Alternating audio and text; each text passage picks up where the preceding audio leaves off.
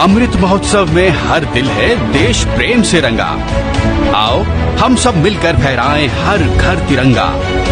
देश की आन बान शान है तिरंगा, हर भारतवासी की पहचान है तिरंगा। थाम कर हाथों में हाथ नए भारत के निर्माण की अलख जगाएं, देकर एक दूजे का साथ हर शहर हर गांव हर घर। सीवी न्यूज चैनल पर देखिए आजमगढ़ की 5 अगस्त की प्रमुख खबरें। पहले देखें सौदा स्थल के निर्माण पर सचिव और ग्राम प्रधान ने कैसे खेला लाखों का खेल, और डीपीआरओ ने क्या लिया एक्शन। वाह रे घोटाला, लाशों को तो छोड़ दो, घोटालेबाजों को तो कम से कम लाशों को छोड़ देना चाहिए। आजमगढ़ में इसी तरह का घोटाला कर दिया गया है। आजमगढ़ में सौदा के निर्माण पर भारी घोटाला, मार्टिनगंज के बनगांव में किया गया है घोटाला। डीपीआरओ ने निरीक्षण में किया था घोटाले का पर्दाफाश। डीपीआरओ ने 2 जुलाई को किया था बनगांव में अंत्येष्टि स्थल का निरीक्षण। अंत्येष्टि स्थल निर्माण के लिए शासन से आवंटित हुआ था 24 लाख से अधिक का बजट। बिना काम कराए ही 14 लाख का कर लिया गया है आहरण। मौके पर सिर्फ आने जाने के लिए कराया गया है कच्चे मार्ग का निर्माण। शांति स्थल इंटरलॉकिंग हैंडपंप ड्रेनेज स्थल पर चबूतरा शौचालय स्नानागार का काम नहीं किया गया है पूरा। इस तरह से सौदा स्थल के निर्माण के नाम पर खेला गया है खेल। ग्राम प्रधान और सचिव ने मिलकर किया है 24 लाख का गबन। डीपीआरओ के निरीक्षण में हुआ गबन का उजागर। आहरित धनराशि के सापेक्ष नहीं काम तो डीपीआरओ ने ग्राम पंचायत अधिकारी शिवनाथ सरोज को किया सस्पेंड। डीपीआरओ की कार्रवाई से जिले भर के ग्राम पंचायत अधिकारियों में मचा है हड़कंप।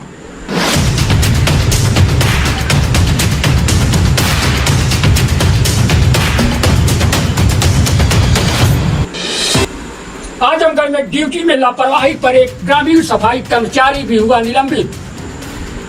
कोई ब्लॉक के शाह राजा गांव में तैनात सफाई कर्मचारी हुआ निलंबित। 5 माह से बिना सूचना के ही ड्यूटी से गायब है सफाई कर्मचारी अनिल कुमार। गांव में सफाई काम बाधित होने पर एडीओ ने भेजी थी डीपीआरओ को रिपोर्ट। रिपोर्ट के आधार पर डीपीआरओ अजय कुमार श्रीवास्तव ने किया सफाई कर्मचारी को सस्पेंड।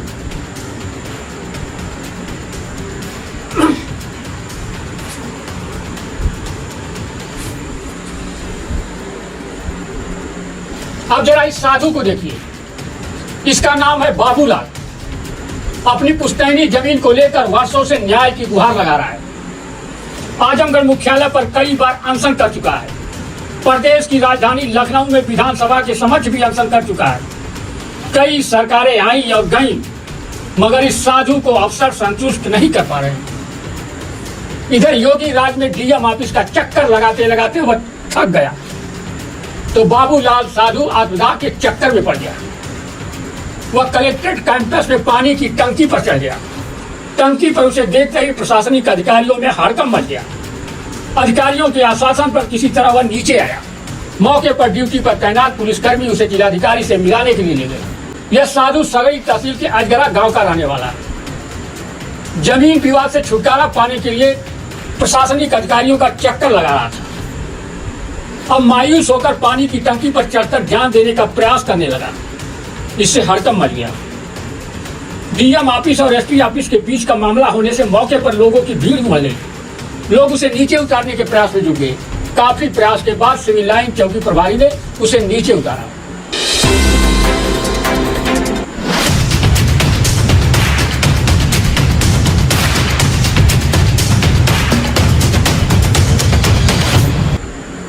समाजवादी पार्टी के निवर्तमान अध्यक्ष हवलदार यादव ने कहा, गुजरात मॉडल वालों को आजमगढ़ में नहीं मिलता है कमरा।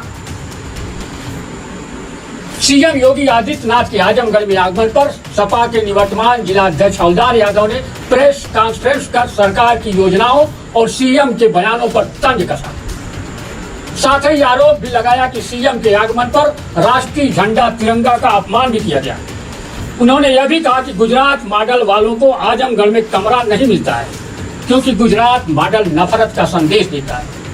अब आगे सुनिए सपा के निवर्तमान जिलाध्यक्ष हवलदार यादव ने सीएम योगी के आजमगढ़ आगमन और कई परियोजनाओं के लोकार्पण शिलान्यास पर क्या कुछ कहा।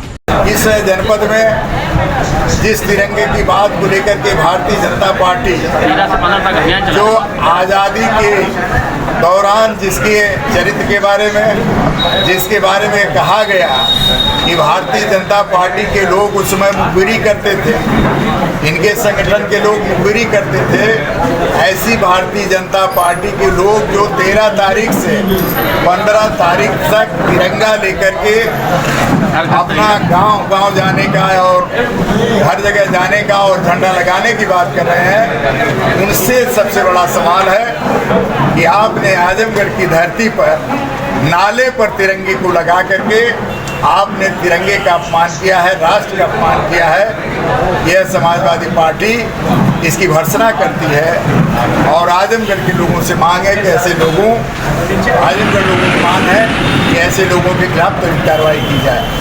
और हम मांग करते हैं कि जो अखिलेश यादव की जमाने के काम अभी बड़े हैं, आपके ही बगल में हरिऔध कला भवन अभी निर्माण का कार्य नहीं हो पाया, तमाम ऐसी संस्थान हैं जिनका काम नहीं। अभी हमने उस समय ज़मीन एक्वायर की थी पैरा मेडिकल कॉलेज की, अभी ये योजना बन रही है कि हम उस पर काम करेंगे।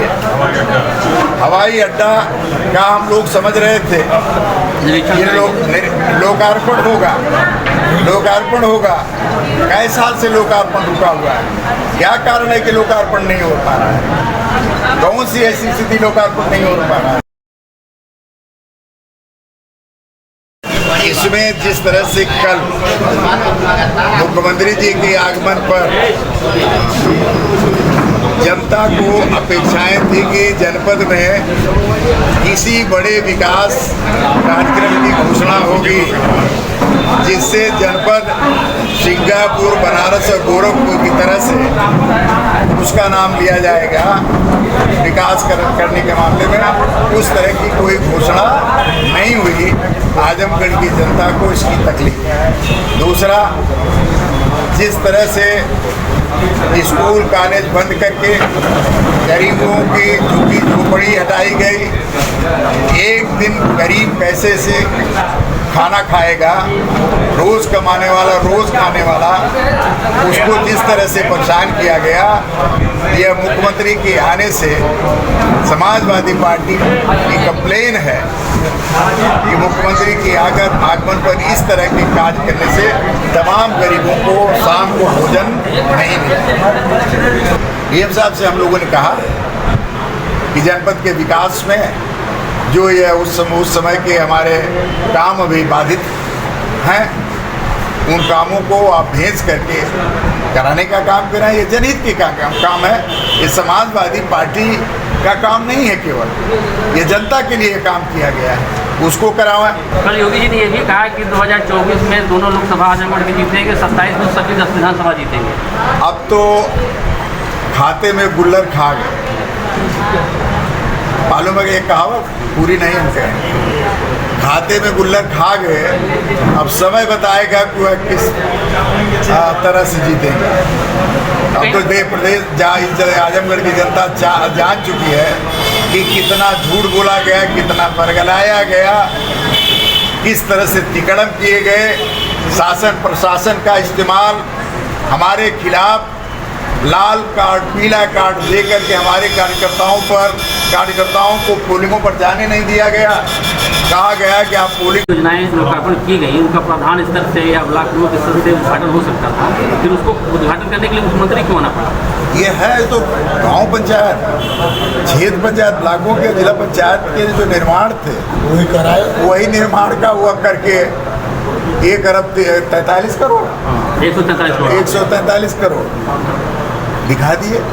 वह बतावे कौन सी अपनी योजना है, कौन से सड़क निर्माण का उन्होंने नया सड़क बना करके लोकार्पण। उन्होंने एक आरोप और लगाया कि आपकी सरकार रहते आजमगढ़ में किसी को कमरा नहीं किराए को मिलता था, आतंकगढ़ बन गया था और लोग अपना पहचान छिपाते थे, बाहर जाते थे। ये गुजरात मॉडल के लोगों के लिए कमरा आजमगढ़ में नहीं मिलता, क्योंकि गुजरात मॉडल जानते हैं क्या है? गुजरात मॉडल है नफरत पैदा करने का। गुजरात मॉडल अब उत्तर प्रदेश के लोगों को समझ में आ रहा है कि गुजरात मॉडल क्या है। तो जोगी जी जब आते थे नफरत पैदा करते थे, उसमें कमरे नहीं मिलते थे। ये आजमगढ़ नफरत पैदा करने वालों को नहीं तरजीह देता। गुजरात मॉडल आजमगढ़ में नहीं बनेगा। गुजरात मॉडल हिंदू मुसलमान के नाम पर लड़ाना, पूंजीपतियों की मदद करना। आज गुजरात में आप पता कर लीजिए, जाके लोग रो रहे हैं। तमाम आप सोशल मीडिया पर देख रहे हो जिस तरह से आज वहाँ के लोग रो रहे हैं, महंगाई के कारण, बेरोजगारी के कारण। यही गुजरात मॉडल। शहर की सड़कों की हालत खराब है, उस पर कोई एक शब्द बोलने को तैयार नहीं है प्रशासन की तरफ से। आप लोग भी कुछ इसके लिए मांग उठा रहे हैं? हमारे विधायक दुर्गा प्रसाद यादव जी आप विधानसभा में उठाए। आज डीएम साहब से उन्होंने कहा कि डीएम साहब ये खस्ता हाल सड़कों की तरफ देखिए। आजमगढ़ जिले का ऐसा बुरा हाल कभी नहीं होता था। मुख्यमंत्री जी आए, हम ही लोगों को बुला लिए होते, हम ही लोगों को बुला लिए होते, बात कर लिए होते, आप नहीं कह पाते। ये हमको, हमारे विधायकों को जो प्रोटोकॉल है मुख्यमंत्री जी के आने का, उसका भी पालन नहीं हुआ। उनको बुलाया जाना चाहिए, इनकी बात सुनी जानी चाहिए। ये जनप्रतिनिधि हैं, मुख्यमंत्री किसी पार्टी का नहीं होता, वो सरकार का प्रतिनिधि होता है। वैसे में ये काम भी नहीं हुआ। समीक्षा बैठक में आप लोग को नहीं बुलाया? नहीं नाम अगर नहीं बुलाया गया तो बहुत गंभीर विषय है। प्रोटोकॉल में नाम था नहीं तो कोई सूचना तो दे। यहाँ इनके यहाँ इन लोगों विधायकों के यहाँ कोई भी जो इनका प्रोग्राम आया था उसको नहीं मिला, वो नहीं मिला। बहुत गलत। कोई सूचना नहीं दी गई।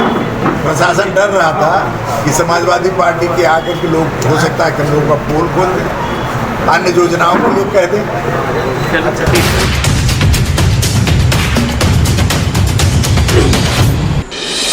जहानागंज ब्लॉक के करौल से बीडीसी चुनी गई उषा यादव। एक दिन पहले हुआ था मतदान, आज यानी शुक्रवार को हुई काउंटिंग। उषा यादव 346 वोट से हुई निर्वाचित। प्रतिद्वंदी किस्मत यादव को करना पड़ा 281 वोटों पर संतोष। रितु पांडे की तो 103 वोट पर मिली शर्मनाक हार। निर्वाचित उषा यादव के समर्थकों में दौड़ी खुशी की लहर। इस मौके पर मौजूद रहे रेडियो सुभाष शर्मा, के उपाध्याय, पूर्व ब्लॉक प्रमुख हरि कृष्ण चौबे बहादुर, अवधनाथ यादव, रमेश यादव, विपिन चौबे, मोनू चौबे सहित कई समर्थक। अब यह वीडियो देखिए। यह वीडियो आजमगढ़ के निजामाबाद थाने के चकिया हुसैनाबाद का है। वीडियो में साफ दिख रहा है कि घर में रात के अंधेरे में कुछ लोग घुस गए हैं, घर का सामान उठाकर फेंक रहे हैं। विरोध करने पर इस घर की महिलाओं और बच्चों को मार पीट कर बाइक भी निकालकर बाहर कर देते हैं। शोर सुनते ही अगल बगल के लोग जुट जाते हैं, बीच बचाव करते हैं। इसके बाद भी दबंग घर में ताला बंद कर देते हैं। इस घर के मुखिया माजिद रोजी रोटी के लिए विदेश रहते हैं। माजिद का बेटा और उसकी मां ने निजामाबाद थाने में तहरीर भी दे दी है, मगर कुछ हो नहीं रहा है। अब सुनिए इस परिवार के मोहम्मद आमिर से क्या है पूरा मामला।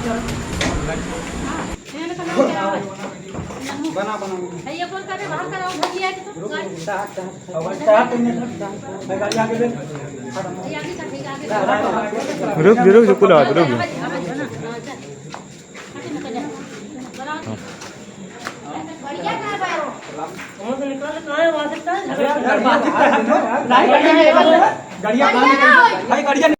मेरा नाम मोहम्मद आमिर है।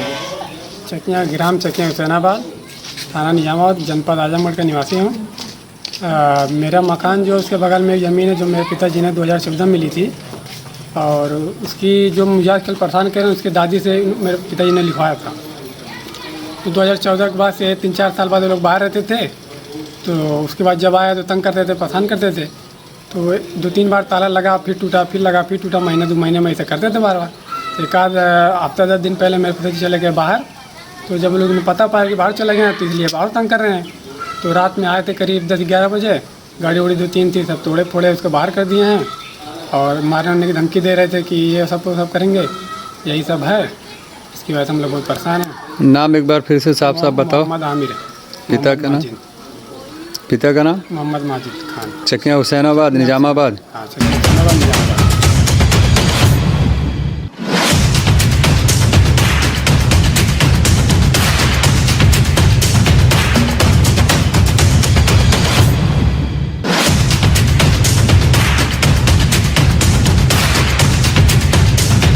सपा विधायक रमाकांत यादव की जमानत अर्जी हुई खारिज। एमपी एमएलए स्पेशल कोर्ट में जमानत हुई खारिज। 24 वर्ष पुराना कातिलाना हमले का है मुकदमा।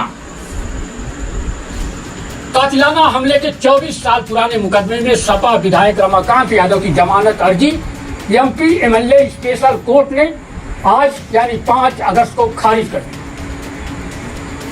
अभियोजन कहानी के अनुसार 17 फरवरी 1998 की शाम लगभग 6 बजे लोकसभा प्रत्याशी अकबर अहमद डंपी अपने समर्थकों के साथ पहुंचे और रमाकांत यादव और उमाकांत यादव को भद्दी भद्दी गाली देने लगे। इसी बीच रमाकांत यादव और उमाकांत भी अपने समर्थकों के साथ वहां पहुंच गए। दोनों तरफ से गाली गलौज और क्रॉस फायरिंग होने लगी। इससे अफरा तफरी मौके पर मच गई थी। इस मामले में फूलपुर थाने के सब इंस्पेक्टर वेद प्रकाश सिंह ने रमाकांत यादव और बसपा के प्रत्याशी अकबर अहमद डंपी सहित कई अन्य पर मुकदमा दर्ज कराया था। पुलिस ने जांच पूरी करने के बाद अक्टूबर 1998 में रमाकांत यादव, उमाकांत यादव, अकबर अहमद डंपी सहित 79 लोगों के खिलाफ चार्जशीट न्यायालय में प्रेषित किया। इस मुकदमे में विधायक रमाकांत यादव ने 25 जुलाई को आत्मसमर्पण कर दिया था। दोनों पक्षों की दलीलों को सुनने के बाद एमपी एमएलए स्पेशल कोर्ट के जज ओम प्रकाश वर्मा ने आरोपी रमाकांत यादव की जमानत अर्जी खारिज कर दी। वहीं इस मुकदमे में अकबर अहमद डंपी की अग्रिम जमानत अर्जी भी खारिज कर दी गई है। दोनों ही मामलों में अभियोजन पक्ष की तरफ से सहायक शासकीय अधिवक्ता दीपक कुमार मिश्रा ने पैरवी की।